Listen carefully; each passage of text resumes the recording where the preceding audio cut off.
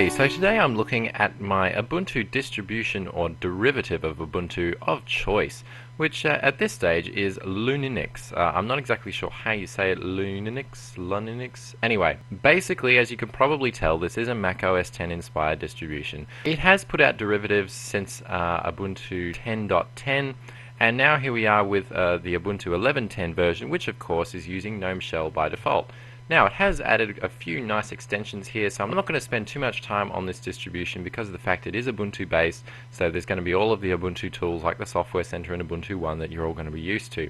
But however, the default, the way it comes out of the box and the GNOME Shell extensions which are installed are actually quite useful, and I'm finding I'm recommending this distribution a fair bit to new users.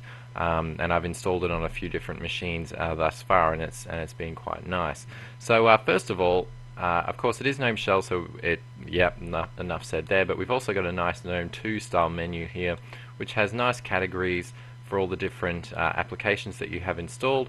Which, by the way, it does come with a healthy selection, and I'm not going to spend too much time on it, other than they really do cater to every need. But it's not; they don't give you too many options that would confuse people. They stick pretty minimal as far as one app per task, more or less, and I've installed a few here as well because I am using this as a daily distribution. Now, for those of you who aren't really interested in Ubuntu derivatives, I can understand because there is quite a huge slew of them, but this is one that I've found that has actually done it quite nicely. The developer of it has actually selected some very nice wallpapers. Most of them are done by PRO9 Studio, which I've really admired his artwork in the past, so that we've got a lot of really nice wallpapers here, including that one which will probably look familiar to anybody who's seen my channel. So you've got Docky along the bottom, and you've got all of your GNOME Shell extensions along the top here, including gpaste, which is your clipboard manager. You've got a mount manager there. You've also got a time tracker tool that just helps you to keep track of what time you're spending doing what. You've also got your bookmarks here, so you've got your places folder. So it's actually quite similar to GNOME 2 in that you've got an applications menu here, you've got your places here, and then you've got your display where you can just quickly configure how you want your display to look. Now, you've also got a weather applet here, which would work if I was connected to the internet, but unfortunately I am through a proxy, so there is some complications there. But usually that is a very pretty weather indicator, and you've also then of course got your calendar. Now, as far as everyday user applications are concerned, you've got everything you could possibly want here.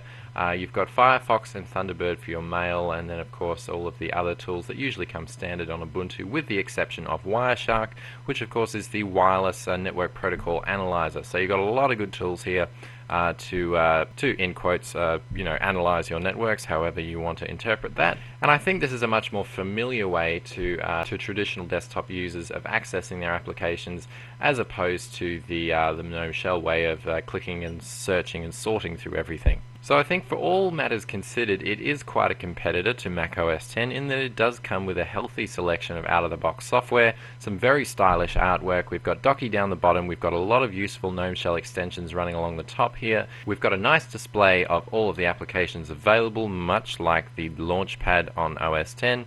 You've got Wine there and Play on Linux to help you with any of your Windows stuff. You've got all of the codecs and plugins for your browsing that you could possibly want, and in fact that's something that I'm quite impressed with, was the amount of really nice plugins that you got with Mozilla Firefox. Now if we go to add-ons, you'll see that first of all under extensions we've got AdBlock Plus, we've got FlashBlock, we've got FlashGod as well, which helps you to download entire websites, global menu bar integration just like every other Ubuntu distribution, but you've also got HTTPS everywhere, which basically automatically uses the secure HTTP protocol on every site it can possibly do. So automatically you will default to a secure Google session, you will default to a secure YouTube session. No matter where you go, you're going to have HTTPS, which is quite nice. Now, as far as theme is concerned, we all can see that it is a Mac OS X ripoff. But having said that, it is quite stylish, and that will appeal to many a Windows user who want to get that enviable Mac elegance. You've got Shotwell Photo Manager for all of your photo needs, and of course we've got a few games in here thrown in for fun. LibreOffice, we've got Cheese, the webcam booth, and really just a healthy selection of everyday software that the average user is going to need. At the end of the day, this is just another respin of Ubuntu, but I think it does quite nicely in this one. It combines a good set of applications, a nice sense of style, productivity enhancements with all the little extensions up the top here, And I might note also that the installer had a very nice video about the history of Linux. Now this is accessible through the examples folder, and you can have a look at the story of Linux. You can also see we've got Gluba's preview here as well. But it talks about the Linux story of Linux, and it actually shows that video during the installer, which would definitely help to keep users entertained as the install process runs along. The install was very quick from a USB hard drive. In fact, the installation itself took almost less time than the video here does to complete. So off a USB drive onto a 7200 RPM hard drive, it was very quick.